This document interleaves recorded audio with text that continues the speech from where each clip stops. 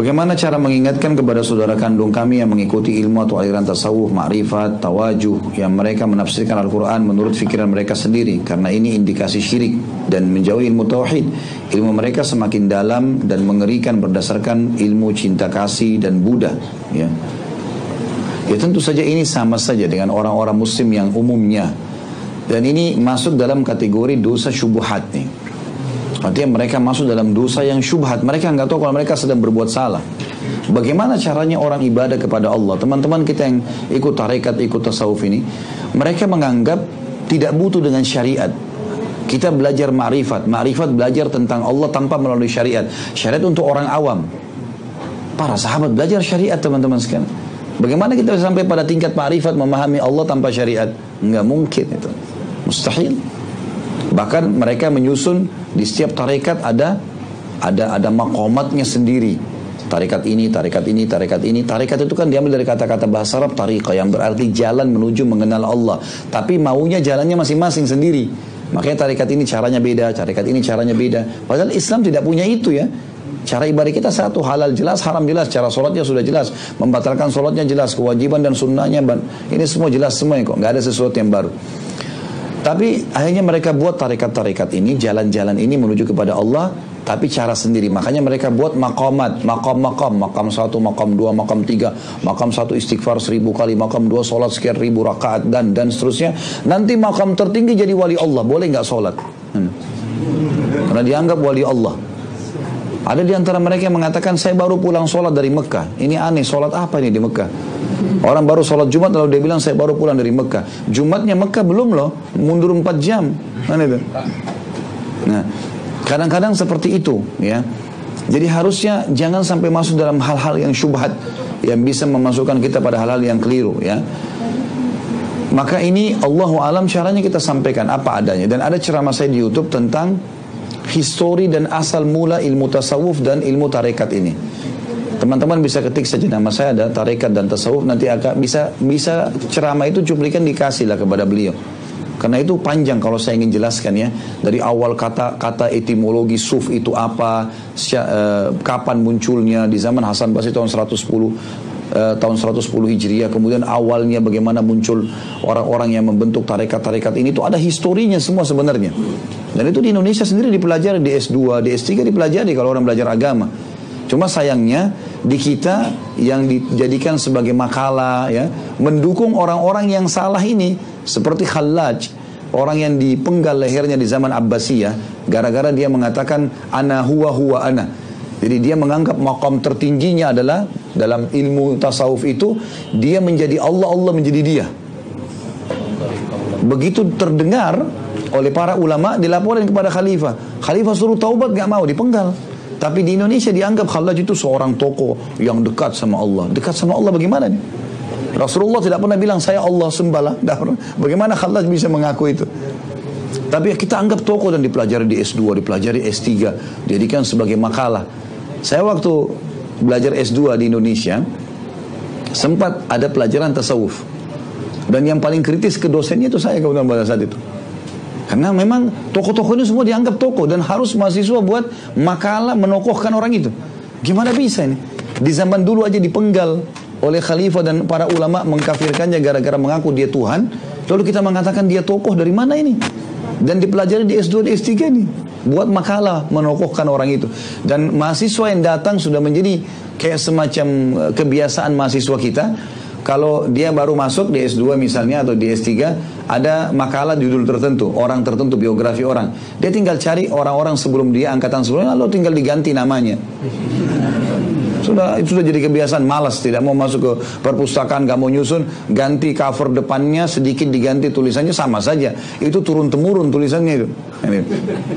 Nah itu yang dilakukan. Jadi akhirnya tersebar, ini keliru ini teman-teman sekalian, keliru, ya.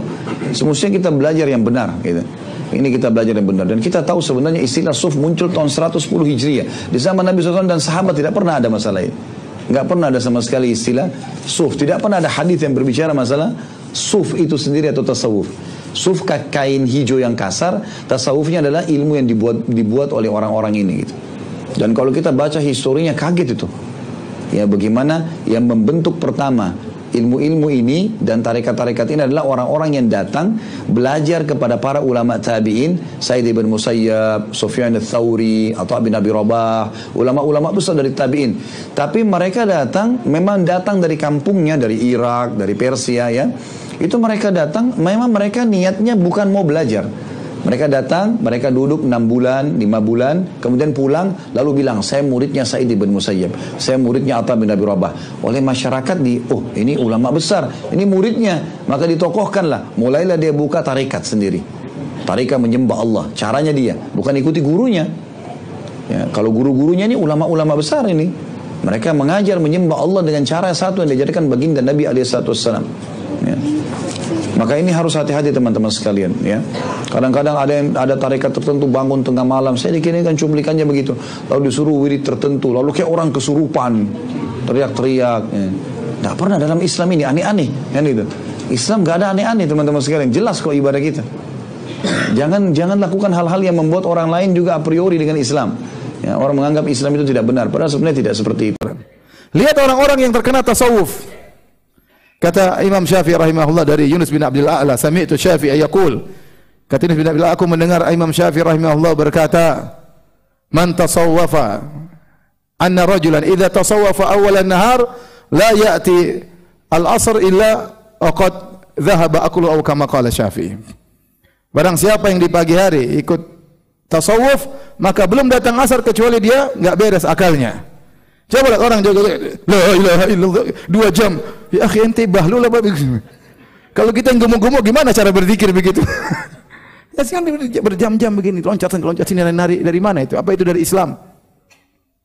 Mana akalnya enggak jalan. Kalau ente ingin ikut sunnah Nabi, ente salat malam 2 jam ya sampai kaki bengkak, itulah sunnah Nabi SAW. Bukan joget-joget, loncat-loncat seperti itu. Menari-nari. Tasyabuh dengan orang-orang Nasara ya. Makanya ikhwan hati-hati, kita berusaha terus berada di atas manhajus salaf ya, jangan terpengaruh dengan bid'ah, jangan terpedaya dengan perkataan-perkataan mereka.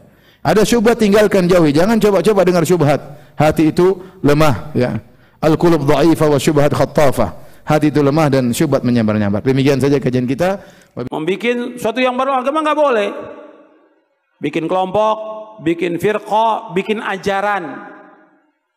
Seperti ajaran tarekat, ajaran tasawuf, Islam nggak pernah mengajarkan, Nabi nggak pernah mengajarkan. Kemudian dibagi lagi, ini ada tarekat, ada syariat, ada hakikat, ada ma'rifat, nggak ada dari Nabi SAW, nggak ada dari sahabat. Ini sesuatu yang muhdats, yang baru dalam agama, yang Nabi nggak contohkan. Nggak ada tarekat, syariat, hakikat, ma'rifat. Maka kata para ulama dalam tasawuf itu awalnya bid'ah dan akhirnya zindiq. Awalnya bid'ah karena Nabi nggak contohkan, sesuatu yang baru dalam agama, akhirnya zindik. Karena ketika dia sudah membagi menjadi 4 golongan itu, 4 tingkatan, nanti kalau sudah sampai kepada hakikat ma'rifat, kata mereka sudah nggak ada beban syariat lagi, sudah nggak wajib sholat, nggak wajib puasa. Apa benar begitu dalam Islam? Nggak benar. Sekarang orang yang paling mulia dari seluruh manusia siapa? Rasulullah SAW. Nabi tetap sholat sampai akhir hayatnya. Nabi puasa sampai akhir hayatnya. Dan semua Nabi laksanakan agama ini. Sebagaimana Allah berfirman di akhir surah Al-Hijr, wa'bud rabbaka hatta ya'tiyakal yaqin. Beribadah kamu kepada Allah sampai datangnya al-yaqin. Maksudnya al-yaqin al-maut, kematian. Nabi terus ibadah kepada Allah. Enggak ada dalam Islam dibagi, oh kamu ini masih baru, kamu ini tarekat syariat kamu. Kalau saya sudah wali, nggak perlu lagi sholat, nggak perlu puasa. Betul, wali syaiton, yang seperti itu, wali syaiton. Gimana dia menggugurkan kewajiban sholat? Kalau orang mengatakan bagi saya sholat tidak wajib dan sudah sampai hujah pada dia, kafir, keluar dari Islam. Orang itu keluar dari agama Islam. Kalau dia mengatakan bahwa puasa Ramadan nggak wajib bagi saya karena saya sudah mencapai derajat wali, kafir, keluar dari Islam. Kalau sudah sampai hujah pada dia. Ini sepakat para ulama tentang masalah ini. Dan mereka lagi bagi nanti tentang hakikat dan syariat dan yang lainnya mereka bagi. Dan juga saya bahas di buku ini. Nggak ada. Makanya Al-Hafidz Ibnu Katsir ketika menjelaskan ayat ini, Al-yawma akmaltu lakum dinakum wa atmamtu alaikum ni'mati wa raditu lakumul Islam madina.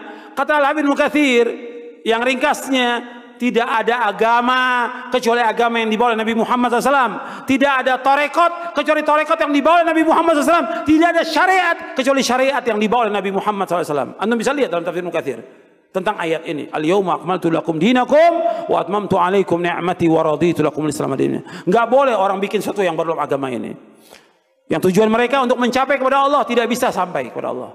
Semua firqah, semua golongan, semua yang baru yang dibuat oleh manusia tidak akan sampai kepada Allah kecuali dengan apa yang dilaksanakan Rasulullah SAW dan para sahabatnya, baru akan sampai kepada Allah Taala. Itu penjelasan para ulama. Harus jelas dan tegas disampaikan kepada umat ini supaya umat tidak sesat.